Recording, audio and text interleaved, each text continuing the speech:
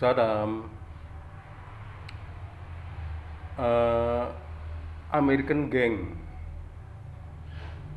blok barat, terdiri dari Amerika,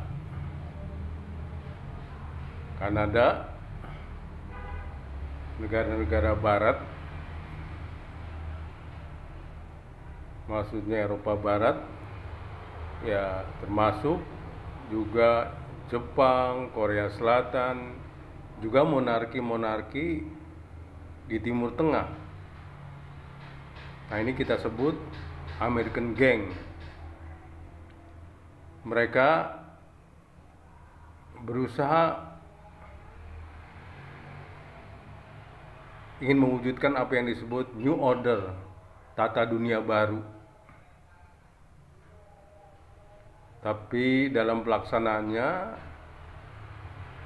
yaitu kamu ikut saya atau saya hancurkan. Nah, itu New Ordernya seperti itu. Kamu ikut saya atau kalau nggak mau saya hancurkan. Nah, inilah yang kita lihat bagaimana Amerika menjadi polusi dunia, terutama di Timur Tengah. Rejim-rejim yang tidak mau ikut Amerika akan dihancurkan.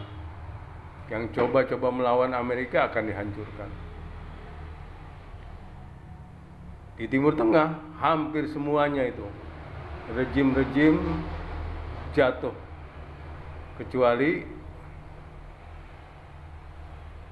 beberapa saja yang melawan dan bisa bertahan, yaitu Iran dan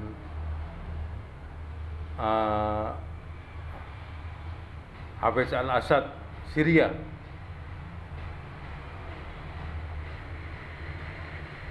Nah, kita melihat semenjak tahun 2000-an itu, 2010 sampai 2020, ya 2 dekade itu, kita menyaksikan apa yang disebut Arab Spring.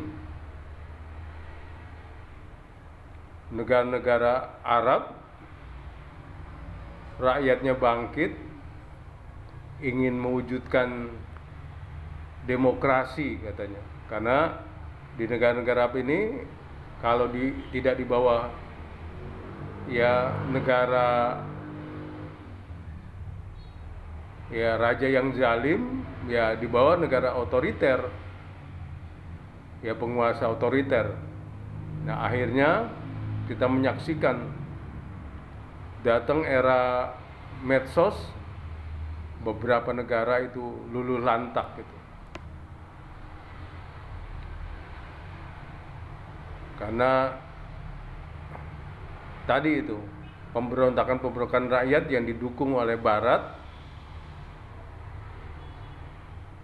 untuk menjatuhkan pemerintahan-pemerintahan yang ada di Timur Tengah. Tapi sekaligus juga Amerika intervensi, datang, menduduki, lalu negara-negara yang kaya akan minyak, akan sumber alam, itu kekayaan diambil oleh American Gang. Kita menyaksikan itu 2010, 2020 itu.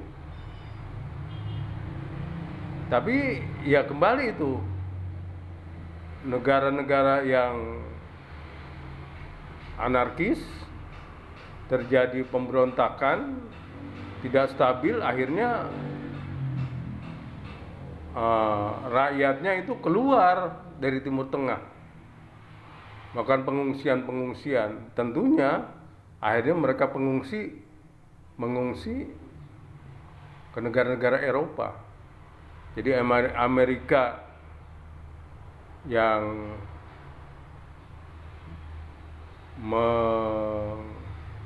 merusak, Amerika yang menata, membuat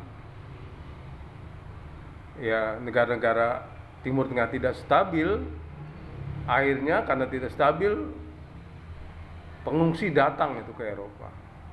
Jadi Amerika yang berbuat, Eropa yang menanggungnya, yaitu datang pengungsi. Tentu pengungsi ini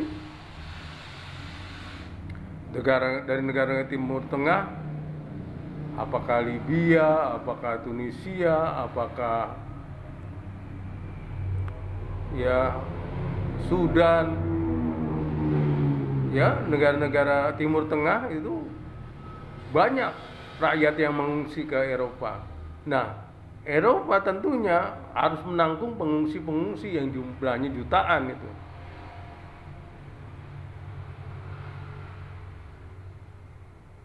Nah, tentunya pengungsi ini ya sebagai semangat kemanusiaan tentunya ada pada manusia, termasuk orang Eropa. Pengungsi-pengungsi ini harus diberikan tempat tinggal, tentunya harus diberikan makan, kesehatan, bahkan harus diupayakan pekerjaan. Nah, akhirnya banyak dana itu negara-negara Eropa ini tersedot oleh urusan pengungsi. Sementara mereka sendiri tentu anggarannya untuk ya warganya. Tapi sementara karena ada pengungsian, dia juga harus menyisihkan untuk urusan pengungsi. Nah, ini pelajaran juga buat Eropa. Ya itulah akibat sikap yang membebek kepada Amerika, dia sendiri yang merasakan ya dampaknya. Termasuk urusan terorisme.